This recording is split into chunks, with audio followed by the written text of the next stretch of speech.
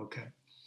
We are live, and this is Jeff Martin with Magic City Books. So thrilled to have you all joining us tonight for our ongoing virtual author event series, which we have been doing coming up on, I think, 1 year exactly. About April 20th or so is when we did our first virtual last year. We've done about 130 events since in that time.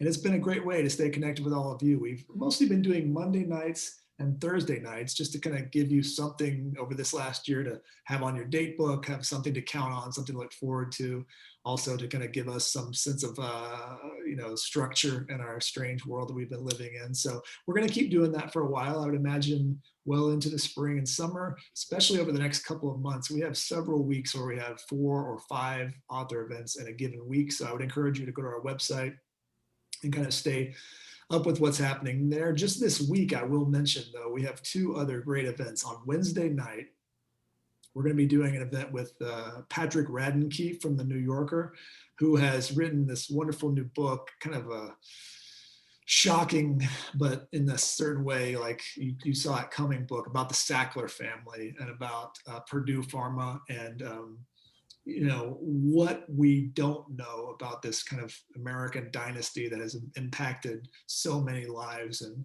in this country. So he's written this book called The Empire of Pain, and it's going to be moderated by Clint Smith from The Atlantic. So it's going to be a really good conversation.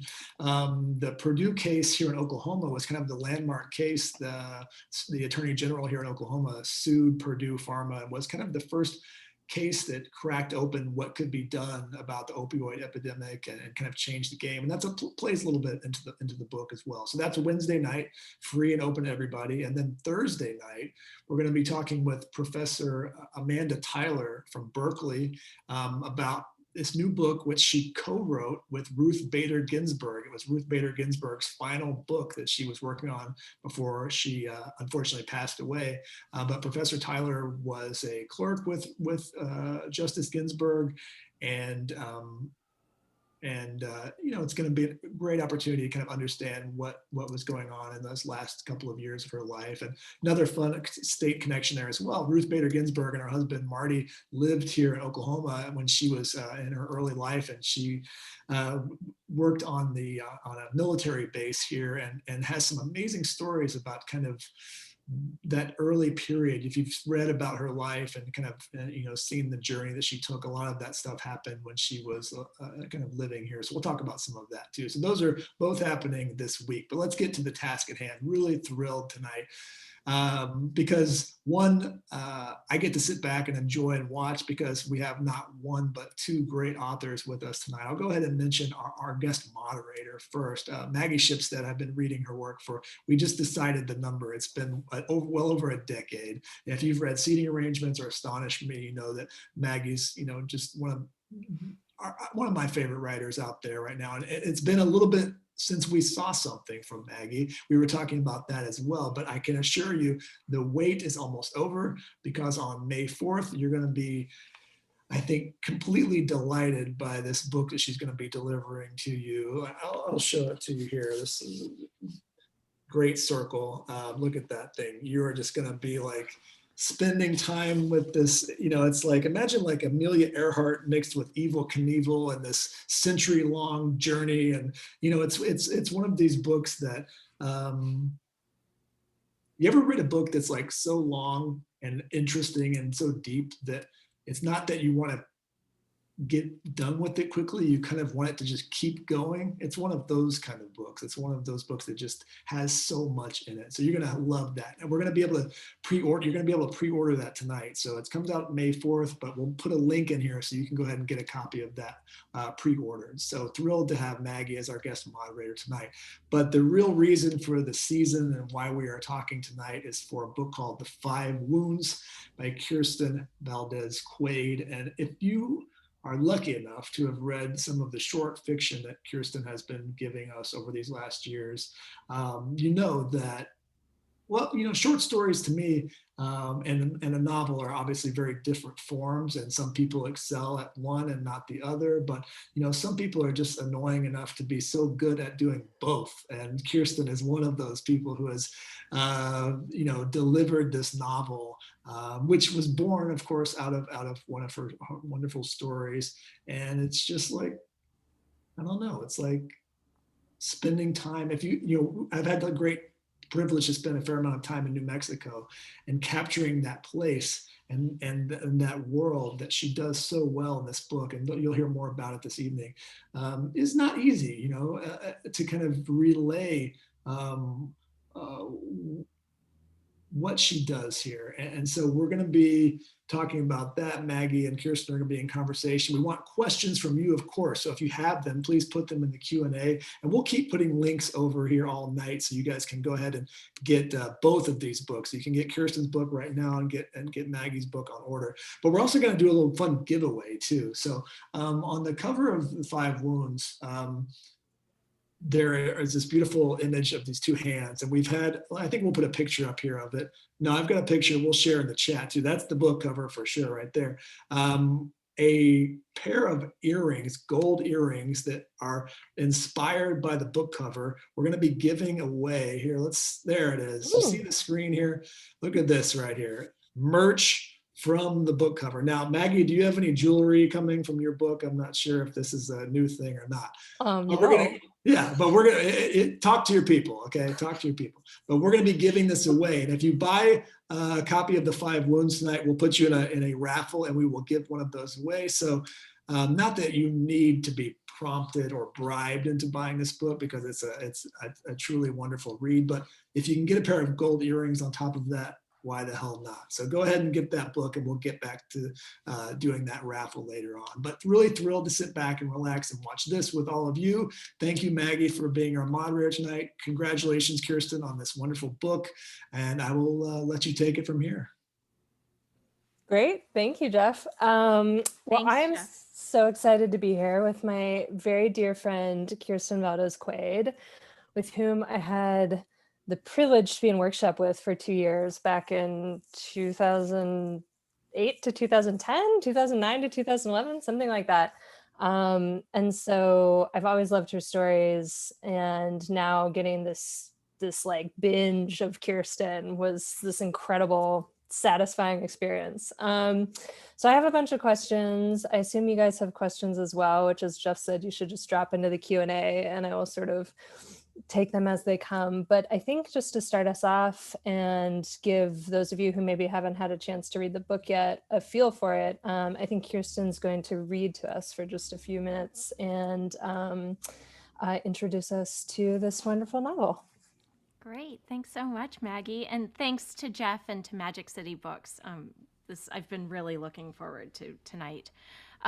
So the Five Wounds, the novel, started as a short story that was published in the New Yorker, and the story centers on Amadeo Padilla, who's an unemployed alcoholic. He's a deadbeat father. He lives with his mother, and he is also a member of a community of Catholic penitentes in this town in northern New Mexico. And he is convinced that if he does the best job playing Jesus in the Good Friday procession, that he will completely transform his life. And he's thrown himself into the role, and everything is derailed when his enormously pregnant daughter, Angel, shows up unannounced. So at the end of the short story, Amadeo asks for real nails to be used and to be actually crucified. And in the final moments of the story, he has an epiphany. He comes to this understanding that he sees his daughter watching him and comes to this understanding that true transformation is going to come from his relationship with his daughter and taking responsibility, finally, for the people in his life. And the story was for 2 years. I didn't think about the story, and I was writing news stories, and But I kept sort of circling around these characters in other short stories. And the question that kept coming up for me was, so what happens next? What happens the next day? Is this epiphany enough to change Amadeo's life? And what happens to this family? So these are the questions that the novel grew out of. So I thought I would read from the beginning of the Easter dinner. So this is, he's been crucified 2 days earlier, and the family is gathering. Amadeo's sister apparently doesn't notice that he isn't speaking to her, and hasn't since her obnoxious gift last Christmas. When Valerie comes in, she hugs him before he can dodge. Still gripping his arm, she steps back and takes Amadeo in. He almost can't look at her, the absurdly long hair hanging loose, the oversized earrings, the ambiguously ethnic scarf. And that superior, forbearing expression, as if she's willing to humor him, but only up to a point. Good to see you, little brother. Amadeo nods coolly, but she misses it because she's already turned to Angel. Oh my God, Angelica, let me see you. You're enormous. Angel ducks her head, pleased and a little shy. Hey, Aunt Val. Valerie hugs her, then crosses the living room to switch off the television. 2 years ago, Valerie got rid of her TV. If she's not making some big show of ignorance whenever someone mentions The Bachelor or a piece of celebrity gossip, then she's going on about some project one of the girls has done with the endless stores of time and intellect and creativity endemic to television-free households. I don't know how you guys can hear yourselves think with that thing going all the time, she says, dusting off her hands. Armed with a brand new master's degree, Valerie is now a counselor in the Albuquerque public school system and is therefore an expert on everything. She took night and weekend classes for 3 years, and for 3 years she swanned around, sighing and rubbing her temples.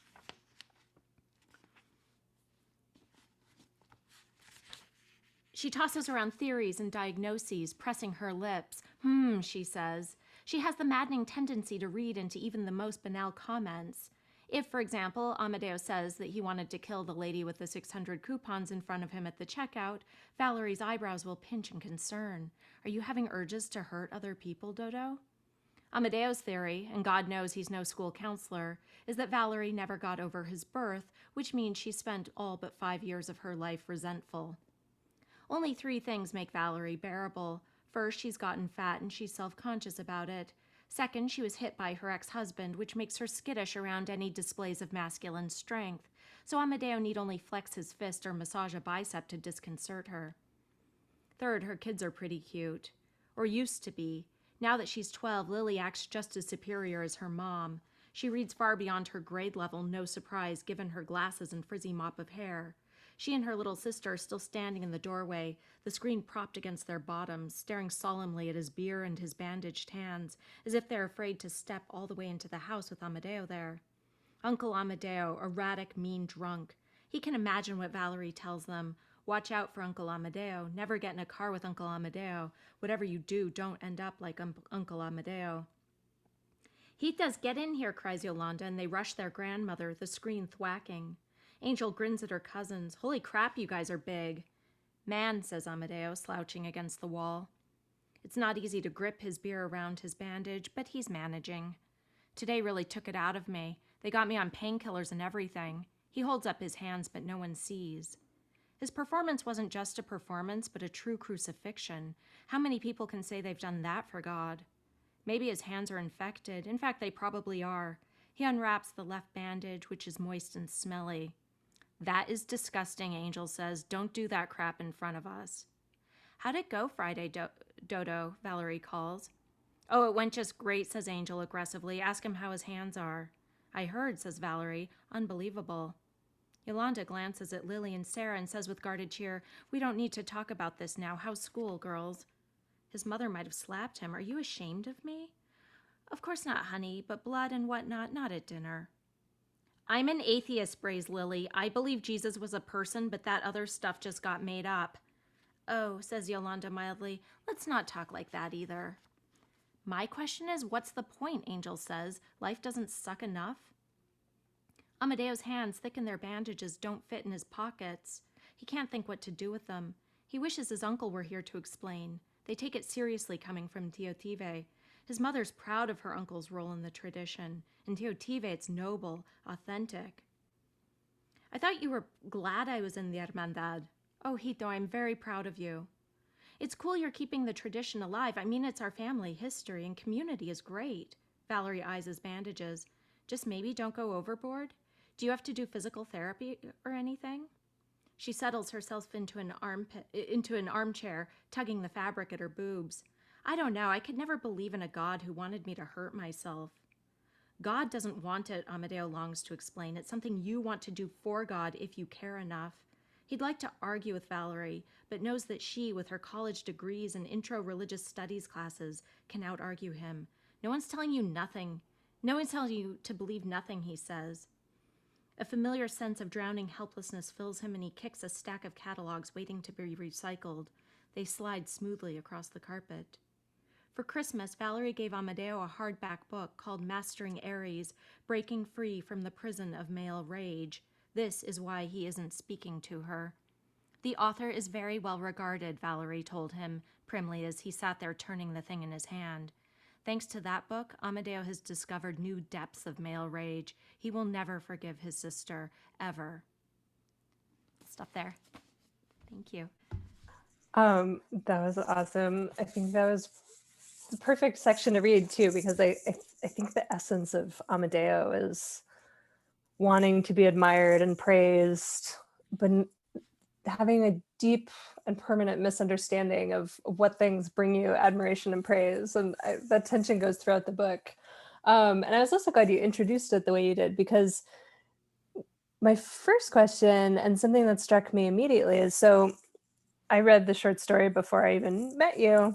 I was so jealous because it's such an amazing story. You were so young, and it ends in this like powerful moment of Amadeo choosing to be crucified, and there's sort of this sweep to it. And then I think it was an act of bravery, really, in this book to go, okay, well, what happens then? And the answer is like, he goes to the hospital, and everyone sort of thinks he's an idiot because he now has nail holes in his hand, and he gets him bandaged up, and then life goes on, And so, in choosing this story as the starting point for your novel, you sort of had to, in some ways, sacrifice a little bit of it and sort of deflate where it ends. And so I guess, yeah, I'm really curious. Maybe you could tell us about that process and how it felt and kind of what you had to wrestle with to choose that story as your beginning.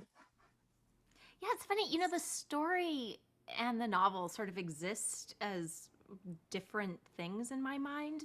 Even the characters feel slightly different in the story, because I still have the same relationship with the story characters as I did then, and they're slightly different in the novel. I despaired at various points. I was like, this is a stupid idea. Why would I try to extend this thing? And I think because the story was published and it was on the internet and in my collection, and it existed, it had a kind of permanence to it that was really hard for me to wrestle with when I was working on the draft of the novel. And it was only when I realized that I was allowed to break it and take what I needed from it for the novel and leave the rest behind and leave it as an artifact, as the story it once was, that I could really move forward with it. But I did have to sort of break it apart. Mm-hmm. Yeah. I mean, my first two books both started as stories. And I feel like there's some stories you write where if someone were like, add another sentence, you'd be like, I cannot, like, there's nothing else. This is it. And then some stories exist where just if you have that seed of an idea to expand it, like suddenly all these doors fly open. And it seemed to me like the way you started was, I mean, it's not like the story is intact and in the beginning of the book, it's already broken open because we start to get Angel's point of view and we get other points of view. So already the world is so much bigger. And one thing I admired so much about it is that your characters have this like super fine grain to them. I think it's crystal clear to the reader sort of what they want or think they want, and sort of the limits of their understanding, what's motivating them. And you use this, to really both comic and tragic effect. I think I marked an example. Let me look at it.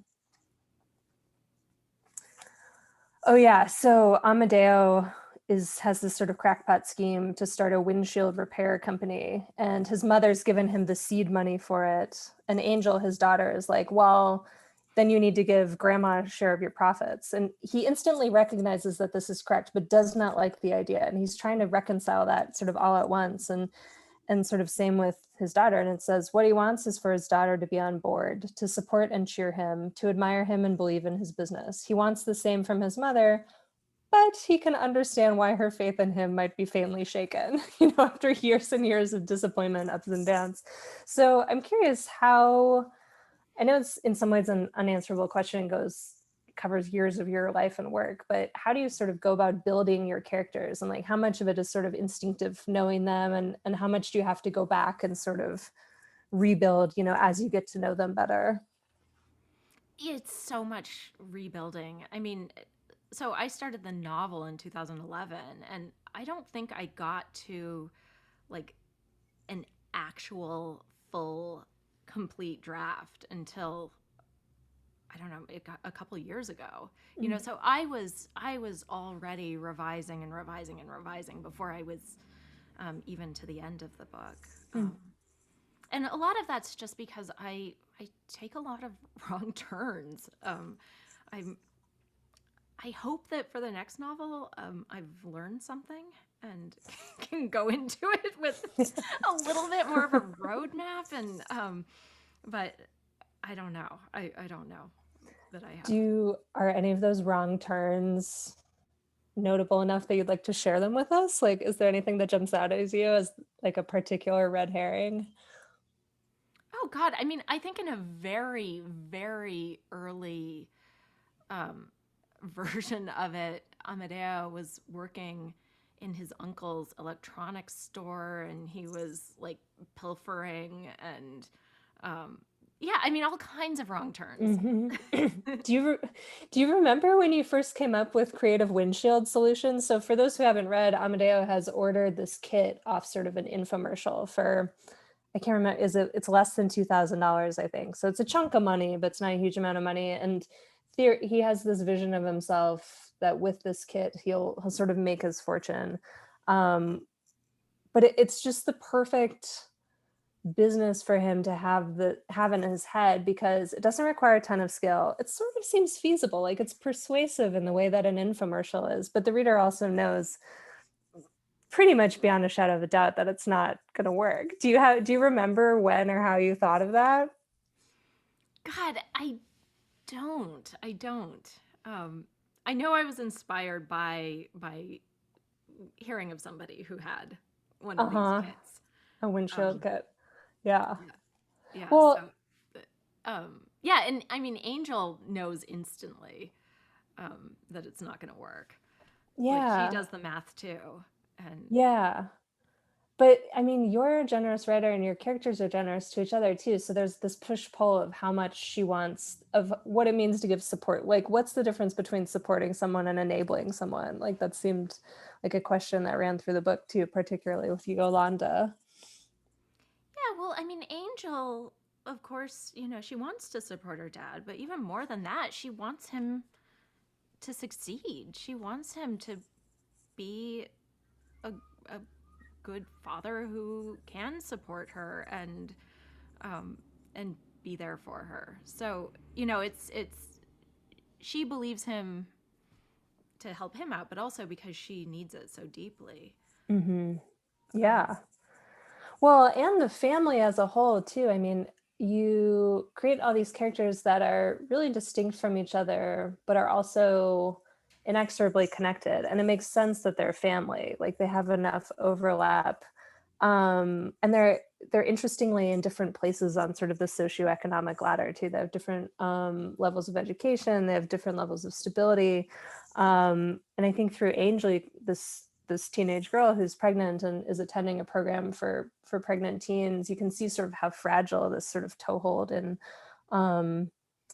the middle classes, and they live in this community that's been sort of haunted by heroin, and people sort of fall to it almost like kind of in a zombie apocalypse or something way. So I'm curious how you sort of thought through the mechanics of this family, and where you started. Like, you had Amadeo and Angel in the story, and then sort of what came next, and how did it sort of build out from there? Well, Yolanda is mentioned in this story, so I knew, and she lives in the house and supports everybody. And So Marissa's mentioned, but sort of in passing.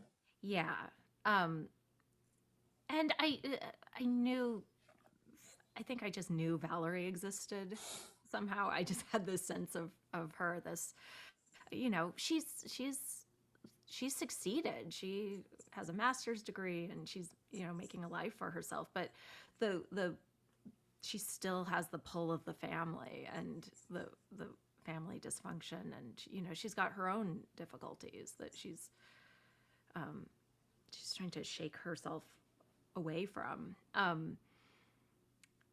Yeah, I the structure of the family felt pretty organic. I sort of knew who was there. There weren't major surprises in the makeup of the family, and I never had to sort of kill off a character or bring someone in for the plot.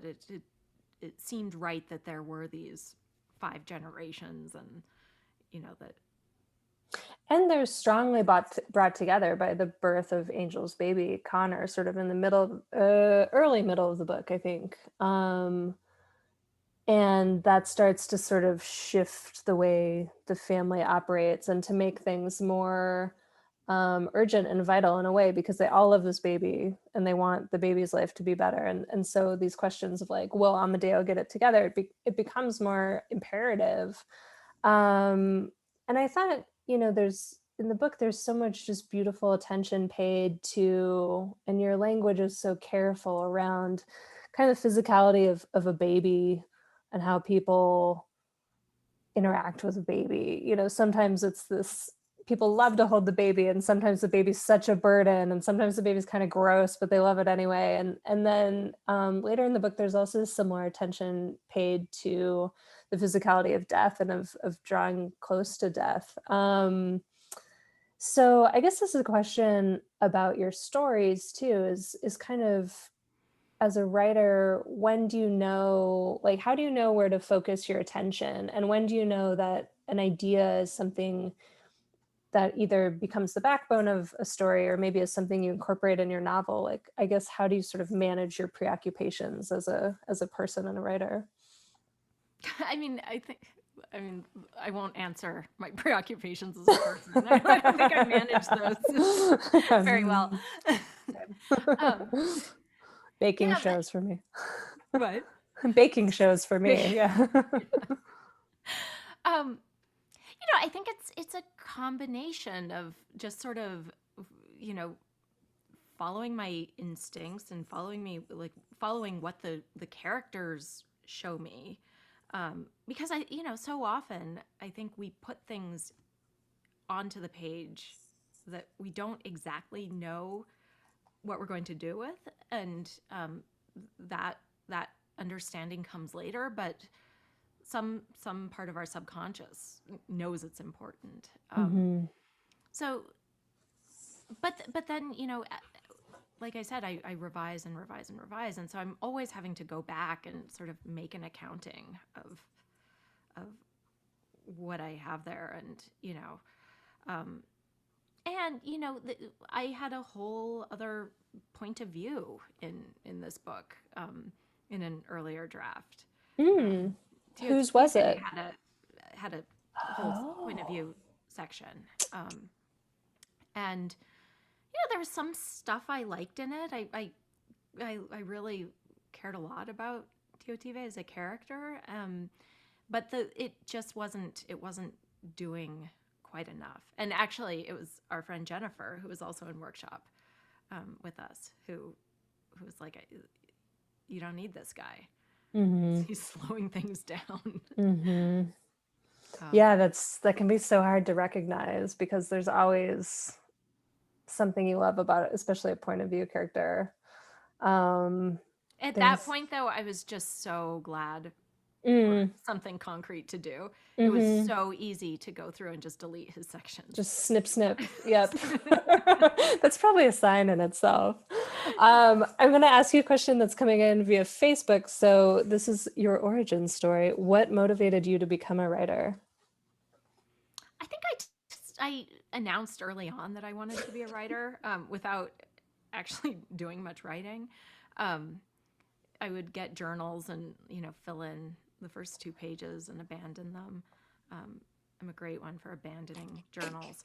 Um, but we moved a lot when I was a kid, and we were constantly on the road. My dad is a geologist, and we spent a lot of time in the field with him, mostly in the desert Southwest.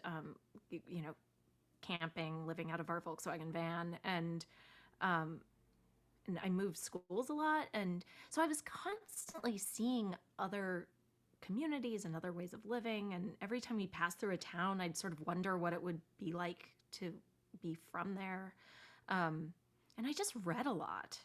That's how I filled my time. So I think it's, in some ways, it's a pretty typical origin story for a writer, feeling like an outsider and reading a whole lot.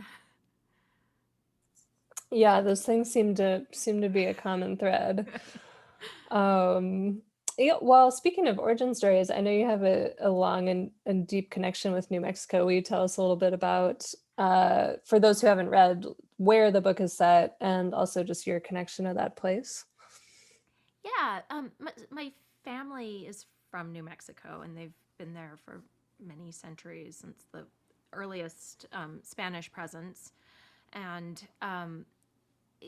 I was born there, and I was very close to my older relatives. My great grandmother took care of me when I was a kid while my mother worked, and I remain close to my grandparents and my great aunt. And so I spend a lot of time with them, and I asked a lot of questions about their childhoods, and so there's always been this sense for me.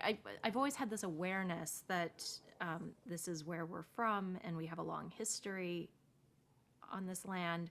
But there was also this sense that, if my great grandmother tells me a story about her childhood, like suddenly that's I've been sucked back in time, 90 years. It's so yeah, this sense that the history is still unfolding, even in the present moment, which is the case. I mean, the long history of conquest and disinheritance and violent taking of the land is, it's happened over and over and over the centuries, and you still feel the pain of that today. It's still, those wounds are still alive. Mm-hmm. So I think that, that's one of the reasons I'm so drawn to writing about it. Yeah, it's a really it's a powerful setting. And I've Espanola is a real place. I've driven through there, but then their town I think is not. Las Correct? Penas is, yeah, that's fictional. Fictional. Yeah. So this is like on a slightly different track. And I know so your writing, I was reminded reading this, how funny your writing is and how just integral to the language, because so much of your humor comes from word choice and from similes. And I marked some, which I need to share if I can find it. Oh yeah. So the whole family's together. This is pretty late in the book, so I won't spoil anything, but the whole family's kind of laughing, and the baby Connor cracks up too, like a slightly daft dinner guest dying to get in on the joke. And then you have these, like, a random reference to Matchbox cars, and you sort of describe with these perfect adjectives each car, like the serious, studious police cruiser and the sassy delivery van and the peevish chipped blue convertible with the doors that open. And it's such a gift to your reader because it brings just so much delight in sort of these tiny doses. And I imagine it comes fairly naturally to you because you're also just funny as a person. But I'm curious if you think at all about sort of the mechanism of humor, and kind of what makes things funny. Or to me, some of it seems like the unexpected. I think the unexpected plays different roles in your work. I know that's like a really looping way of asking you, like, why are you funny, Kirsten? But I guess I demand an explanation for how funny you are and just how much you think about this and how much you hone those things, or if they sort of emerge. That's high praise because you're a very funny writer in person. So I don't, I think a lot of it, I don't think I'd do a very good job if I sat down to write a joke.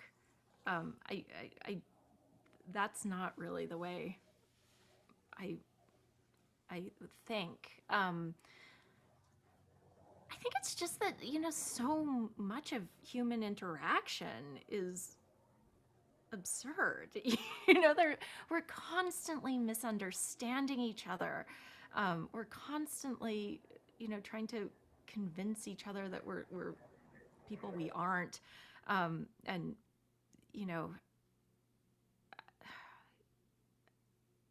I don't know. I think language is really funny too. I grew up, my grandfather, who just passed away in the fall, was we were very, very close, and he was full of jokes, and they were mostly terrible. Like just a lot of bad puns, and a lot of puns that sort of went between English and Spanish, and like none of them were very good. But but he kept us in stitches, and so I think that sort of playfulness with language is just something that's in me that I grew up with.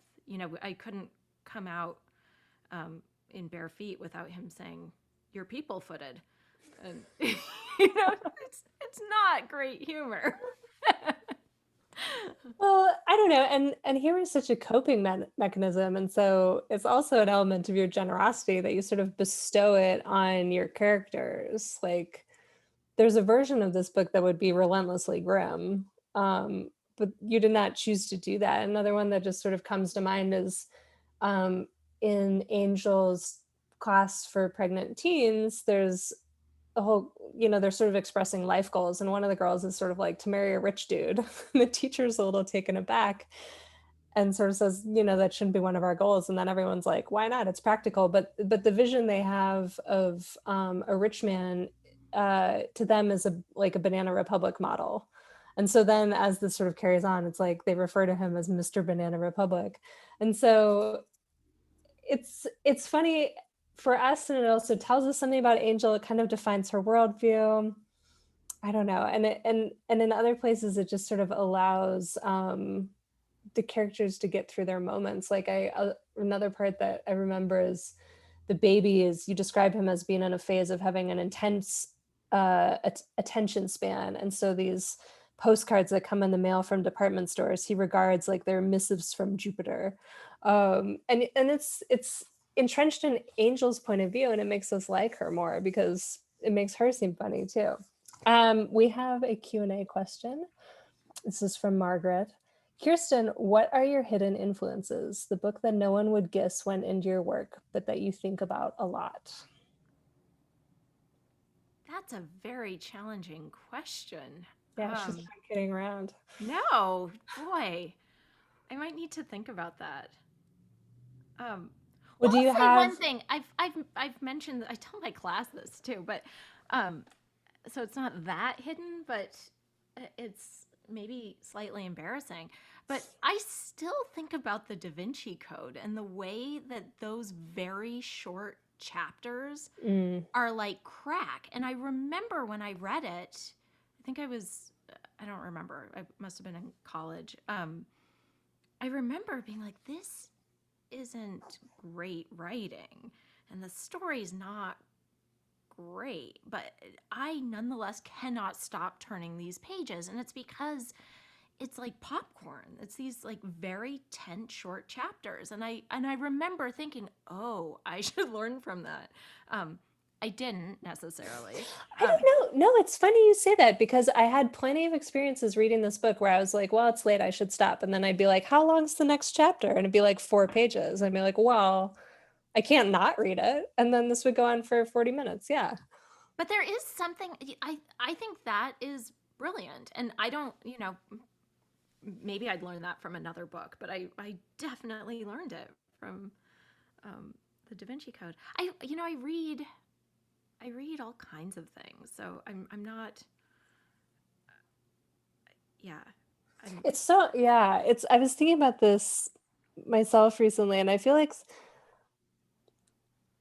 I don't know, like I think my taste in reading is sort of like if you go into an Airbnb or a hotel and there's like a random shelf of books and you're like, well, I guess I'll read this. I mean, I feel like that's just how I live my life. And then when you're publicly asked what you're reading, you're like, Middlemarch. exactly. Well, you mentioned teaching, and so one of the characters that surprised me the most, and I again won't spoil anything, but is Brianna, who teaches Angel's teen mother class and is a point of view character, although not very often. And so you teach at Princeton and you've taught at Stanford under vastly different circumstances than the pregnant teen class in Española. Smart starts, exclamation point. But I was wondering if any of your teaching experience informed Brianna's experience. Oh God, absolutely. I mean, Brianna is just out of college, and she's totally out of her depth. She's not from this community. Like, she just has her bachelor's degree and like a certificate in teen outreach.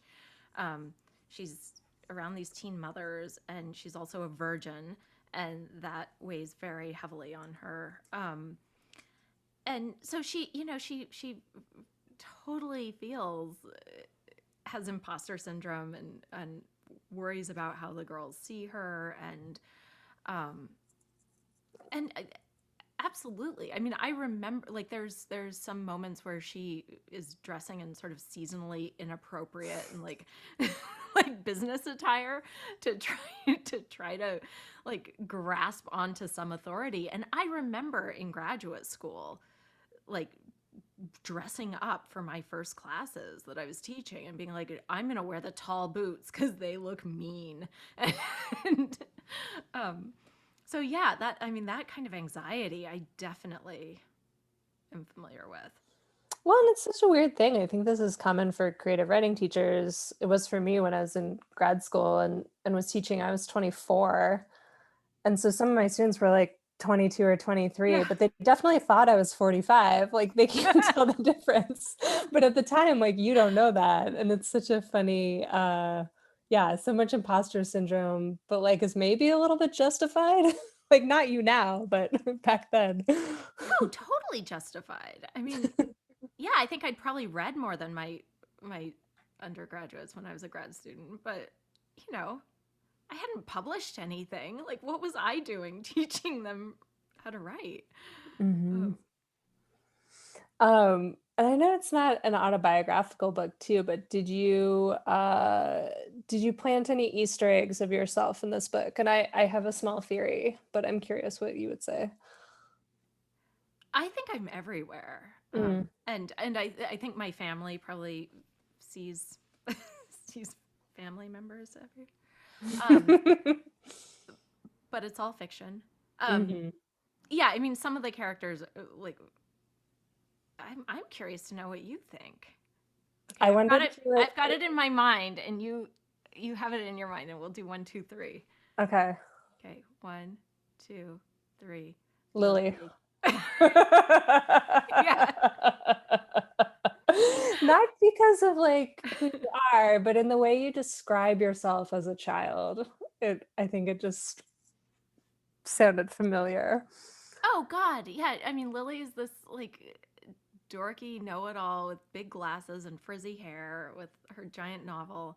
She's very concerned. Yeah. She's like socially aware, but not at all socially adept. Mm-hmm. So funny. I'm glad I wasn't way off, and you were like Amadeo. I was like, Lily. You know how this is. I mean, aren't you in all of your characters? Yeah, absolutely. I mean, it's a product of my consciousness, but I feel like I sequester, it's almost like if you can take one aspect of yourself or something you're thinking about and you just assign that to an entire person. Yeah. And then kind of, you sort of divvy it up, whereas like you have to live with sort of the cacophony of all of it together, right? Yeah, and then you let it grow to like a more extreme version of itself in the petri dish of the character. Mm-hmm. Yeah. But, like Amadeo's like the way he's sort of a stage pig and, wants attention. I feel like I recognize myself in that.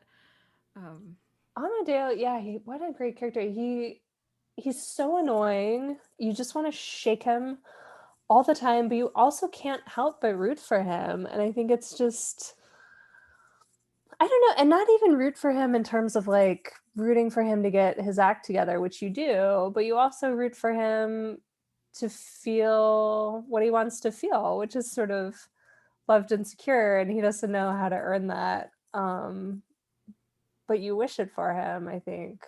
I mean, because he was the character you started with, you must have felt like you knew him best when you started the novel. Is that true? He was the hardest character for me from the beginning. And it's because I judged him. I thought I wanted him to get his comeuppance and be totally punished by the story and realize he's wrong. And like it's you just can't really approach a character that way. Mm-hmm.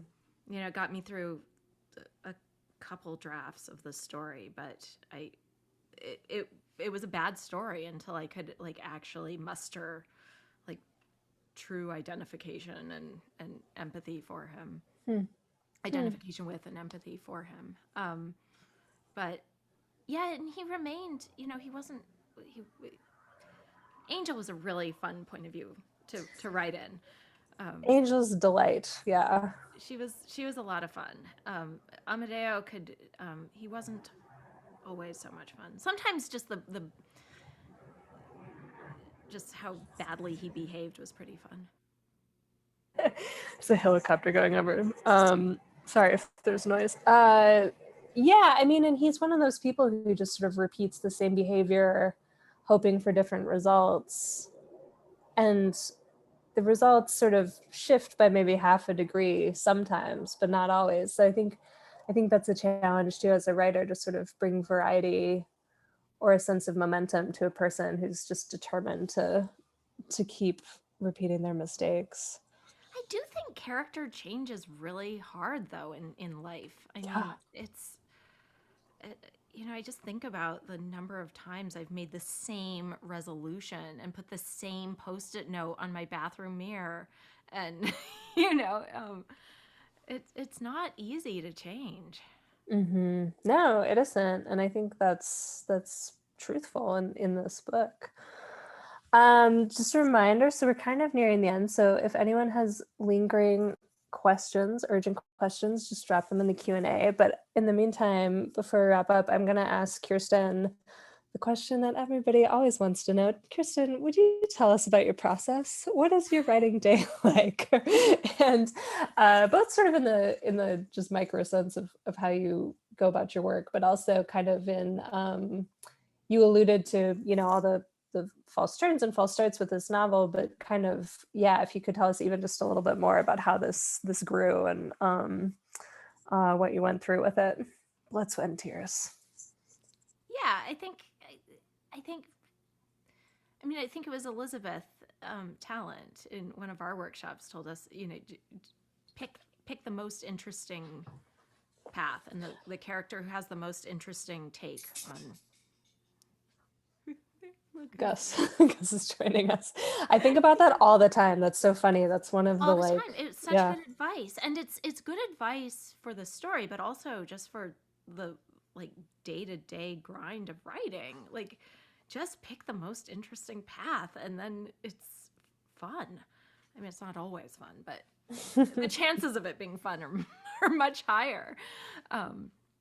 Yeah, and as far as the nuts and bolts, I have to have my phone away and locked up. I disable my internet. Do you? Yeah.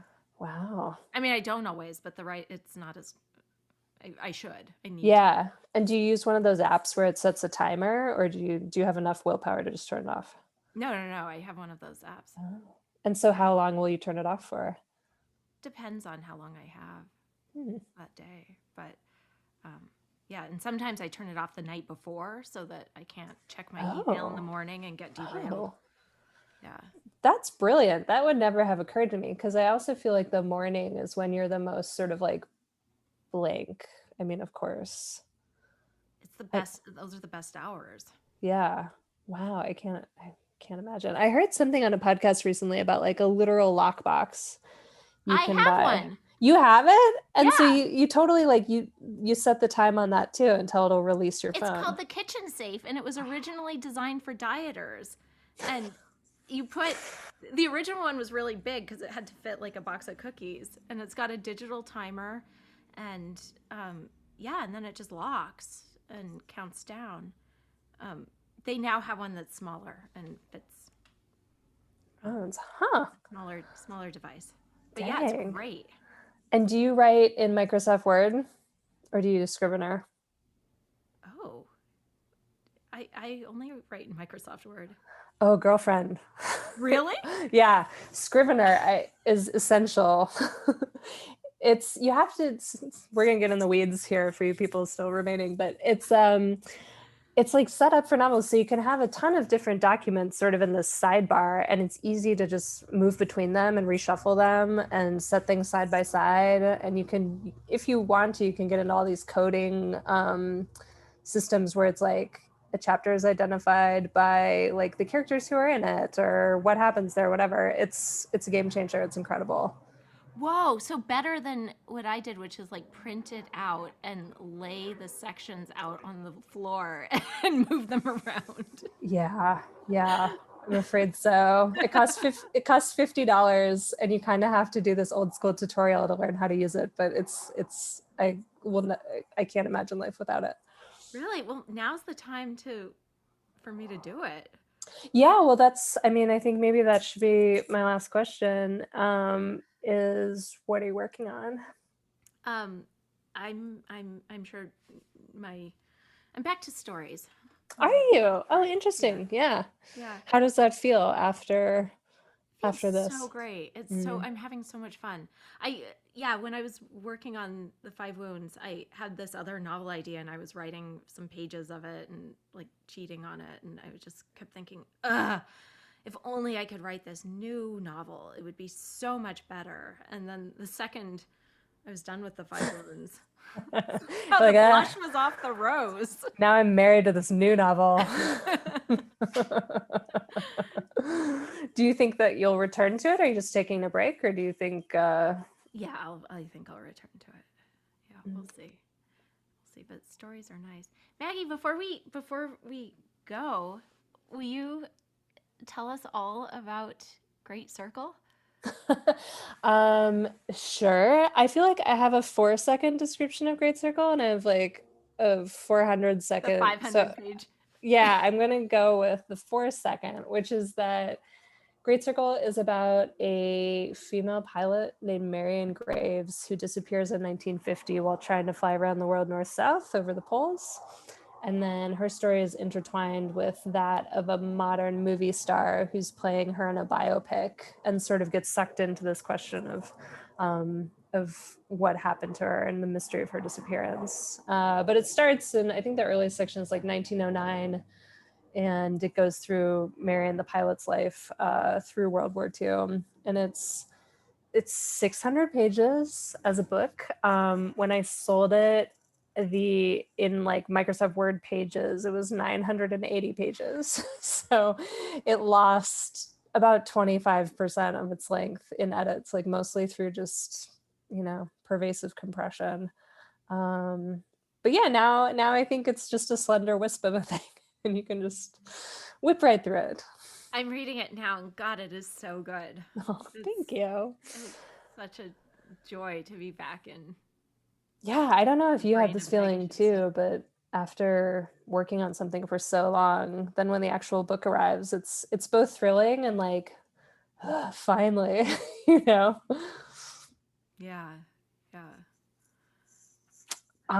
Well, I don't see any last minute questions. Is there anything you would like to add, Kirsten? Anything I didn't ask, or Not that I that secret alternate ending you would like to unleash on us? No. Okay, well, good. This Well, was so much fun. oh, and just a reminder that in the chat, there's a link to order copies of Five Wounds, and also if you want to enter the raffle for the earrings, which obviously you should because they're super cool.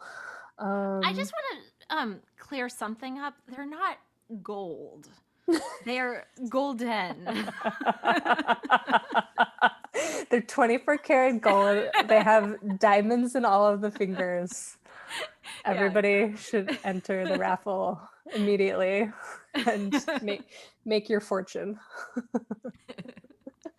Well, okay, so thank you so much, Kirsten. Thank you for the wonderful novel. Thank you for Magic City Books for hosting us. And yeah, this was so fun. Thanks so much, Maggie. it was great to see you. And I'm just gonna, call it a day.